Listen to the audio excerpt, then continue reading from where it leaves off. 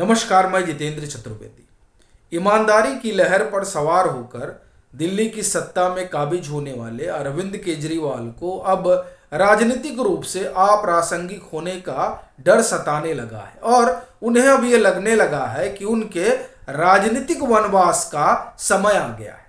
अब सवाल ये उठ रहा है कि जब इस तरह की बातें हो रही हैं तो उसके पीछे कोई कारण होगा। तो उस कारण पर हम बात करें उससे पहले जो संकेत हैं उसी को जान लेते हैं। देखिए, ये जो जिस इंडी गठबंधन का वो हिस्सा बने हैं वो एक बात तो स्पष्ट कर रहा है कि अरविंद केजरीवाल ये जान चुके हैं कि लोकसभा चुनाव में उनकी राजनीतिक हैसियत जो है वो कुछ है नहीं। कम से कम 2014 और 2019 का जो लोकसभा चुनाव रहा दिल्ली का, जिसे अरविंद केजरीवाल का गढ़ कहा जाता है और इस गढ़ के वो सबसे मजबूत किलेदार माने जाते हैं, लेकिन लोकसभा चुनाव में उनका गढ़ जो है वो ध्वस्त हो जाता है और उनकी किलेदारी धरी की धरी रह जाती है जब मुकाबिल नरेंद्र मोदी होते हैं। तो ये बात अब अरविंद केजरीवाल को समझ आने लगी है कि 14 और 19 में तो उनकी दुर्गति हो गई थी, 24 सामने खड़ा है और इस बीच जो घटा है वो ये बता रहा है कि लोकसभा तो लोकसभा, विधानसभा में भी उनके लिए परिस्थितियां विपरीत हो सकती हैं और यही कारण है कि वो लोकसभा के साथ साथ विधानसभा में भी अपनी स्थिति और उपस्थिति मजबूत करने में लगे हुए हैं। लेकिन बड़ी चीज यह है कि वो कौन कारण रहे जिसकी वजह से ये परिस्थितियां पैदा हुई आम आदमी पार्टी के सामने, उसके अगुआ के सामने। दरअसल उसी पर हम लोग एक एक करके बात करते हैं। देखिए, पहली चीज जिसने अरविंद केजरीवाल की राजनीति पर सबसे बड़ी चोट की वो है दागो और भागो। शुरुआत में तो ये दागो और भागो उनके लिए संजीवनी बना और वो उससे जीवित होते रहे, बढ़ते रहे। उनकी अपनी लोकप्रियता हुई, उनकी चर्चा खूब हुई कि कोई अरविंद केजरीवाल नाम का शख्स है जो किसी को कुछ भी कह देता है, किसी के ऊपर कुछ भी जो है, मैं ये नहीं कहूंगा कि आरोप लगा देता है शुरुआती दौर में, लेकिन ये कहा जा रहा था कि नहीं ये तो किसी को भी कटघरे में खड़ा कर दे। कहा जाता ना कि किसी का भी पानी उतार देता है वही बंदा। लेकिन बाद में पता चला कि साहब ये पानी नहीं उतारता है, ये तो आरोप लगाता और फिर भाग जाता है।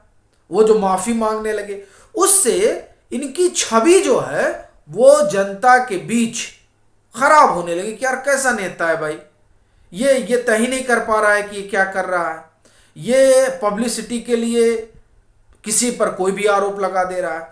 कुछ इसी तरह का मामला जो है वो पीएम डिग्री विवाद है जिसमें अरविंद केजरीवाल और संजय सिंह की भद पिट रही है। आप देखिए किस तरह से ये लोअर कोर्ट, सेशन कोर्ट, उसके बाद में हाई कोर्ट, फिर सुप्रीम कोर्ट, फिर हाई कोर्ट, फिर सेशन कोर्ट और फिर अब हाई कोर्ट पहुंच गए। और उधर अहमदाबाद कोर्ट में ये जो मामला निचली अदालत में चल रहा है अवमानना वाला, उसकी प्रोसीडिंग 23 तारीख को पेशी थी उसकी।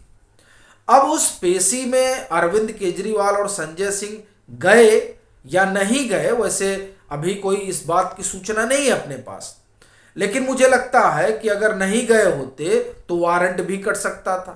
लेकिन यथास्थिति क्या है उसके बारे में ठीक ठीक मालूम नहीं है।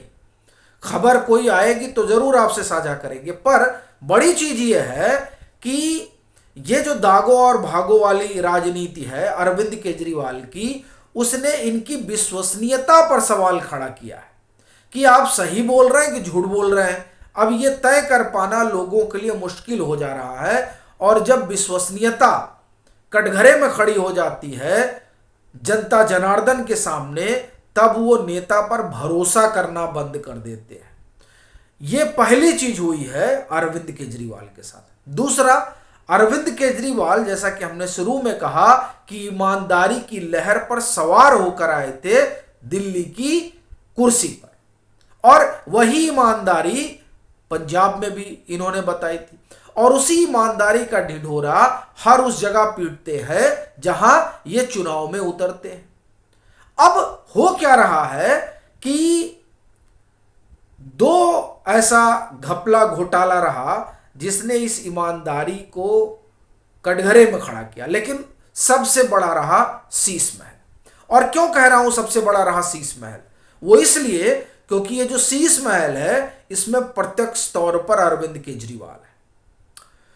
देखिए, दिल्ली का शराब घोटाला है जिसमें तमाम लोग जो है अब सरकारी गवाह भी बन गए हैं, लेकिन उसमें प्रत्यक्ष तौर पर अरविंद केजरीवाल का नाम नहीं है, उसमें प्रत्यक्ष तौर पर मनीष सिसोदिया का नाम है। तो वहां ये कहकर बच सकते हैं, और अब ये कह ही रहे हैं, सीबीआई से इन्होंने कहा ही कि वो तो ग्रुप ऑफ मिनिस्टर्स को तय करना था, उसका मैं हिस्सा था नहीं, तो ये तो मनीष सिसोदिया जाने, और फिर उसका हिस्सा सत्येंद्र जैन थे, कैलाश गहलोत थे, तो ये लोग जाने। इसीलिए कहा जाता है कैलाश गहलोत के ऊपर भी संकट के बादल मंडरा रहे हैं, क्योंकि ये जो दिल्ली का शराब घोटाला है उस जीएमओ का वो हिस्सा थे। और फिर परिवहन वाला मसला है ही है जो उनके पीछे पड़ा हुआ है, लेकिन वो एक अलग बात है। अपना कहने का तात्पर्य यह है कि हमने शीश महल के अलावा जितने भी मामले हैं, वो चाहे कैलाश गहलोत जिसमें परिवहन वाला हो, कहीं भी अरविंद केजरीवाल साफ तौर पर, स्पष्ट तौर पर नहीं आते।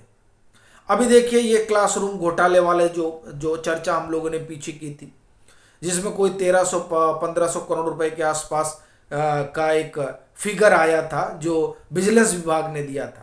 अब वो पूरी जो रिपोर्ट है वो अब लोकायुक्त के पास गई है, वहां क्या होगा वो एक अलग मसला है, लेकिन उसमें भी प्रत्यक्ष तौर पर अरविंद केजरीवाल नहीं। हाँ, ये जरूर है कि विजिलेंस ने अपनी रिपोर्ट में ये कहा है कि अरविंद, जिन 5 लोगों के निर्देश पर ये चीजें हुई, उसमें एक अरविंद केजरीवाल है, सत्येंद्र जैन है, मनीष सिसोदिया और बाकी और लोगों का नाम है। लेकिन सबसे बड़ी चीज यह है कि सीधा जहां इन्वॉल्वमेंट है, वो सीधा इन्वॉल्वमेंट वाला मसला तो सिर्फ शीश महल का ही है। अब इससे क्या हो रहा है? देखिए, सत्येंद्र जैन पर आरोप लगा तो उसमें अरविंद केजरीवाल आरोप मुक्त रहे, मनीष सिसोदिया पर आरोप लगा, अरविंद केजरीवाल आरोप मुक्त रहे। अरविंद केजरीवाल की जो ईमानदारी है वो असंदिग्ध रही जब तक आरोप इन दोनों लोगों पर लगता रहा या आरोप और अन्य अन्य मामलों पर में लगता रहा, लेकिन उसमें कहीं अरविंद केजरीवाल जो है वो सवाल उठता है। चूंकि सरकार अरविंद केजरीवाल की है, तो अरविंद केजरीवाल उस लिहाज से तो जरूर कटघरे में खड़े हुए, लेकिन जो एक साख होती है निजी तौर पर जनता के बीच कि भाई ये शख्स बड़ा ईमानदार है, उस छवि को धक्का लगा शीश महल से। शराब घोटाले से धक्का लगा था, लेकिन उस कदर नहीं जितना शीश महल के आने से लगा कि साहब शीश महल में तो आप ही रह रहे हैं। यानी जो वो सीएम हाउस बना है, उस सीएम हाउस में तो सीएम ही रह रहे हैं, तो सीएम ये तो नहीं कह सकते हैं ना कि हमको अंदाजा नहीं था ये कितने का बना। और फिर किस तरीके से इसमें गोलमोल किया गया वह बात भी जनता देख रही है। अभी देखिए, कोई कह रहा था कि छत गिर गई, फिर कोई कहा कि कुछ गिर गया, मतलब किस किस तरह के बहाने बनाए गए। अच्छा, ये बहाने जनता के सामने बनाए, मतलब मीडिया को बाइट दे रहे हैं। तो ऐसी परिस्थिति में एक बात तो ये कि आप जनता के सामने ही झूठ बोल रहे हैं, दूसरा आपने एक मापदंड तय किया था नैतिकता का, आपने उस नैतिकता को भी ताक पे रख दिया, तीसरा आप कितने शातिराना ढंग से चीजों को आगे बढ़ा रहे हैं। यानी आप टेंडर छोटा छोटा करते हैं जिससे पकड़ा ना जा सके। भाई अगर वो 54 करोड़ रुपए खर्चा हुए तो सीधे 54 करोड़ का टेंडर होना चाहिए था, तो आपने छोटा छोटा टेंडर किया। तो इस तरीके से जो तमाम चीजें निकल कर बाहर आई, उसने अरविंद केजरीवाल की साख पर भी सवाल खड़ा कर दिया। मतलब ईमानदारी, एक तरफ इनकी ईमानदारी कटघरे में आ गई, दूसरी तरफ राजनीतिक विश्वसनीयता कटघरे में आ गई। इस तरीके से अरविंद केजरीवाल की जो कुल पूंजी बनी थी अन्ना आंदोलन से, वो पूंजी 2023 आते आते रसातल में चली गई। और खास तौर से आप देखें तो गुजरात चुनाव और उसके बाद जो तमाम इनके घपले घोटाले सामने आने लगे, उसने अरविंद केजरीवाल के लिए एक बड़ा शून्य रचना शुरू कर दिया।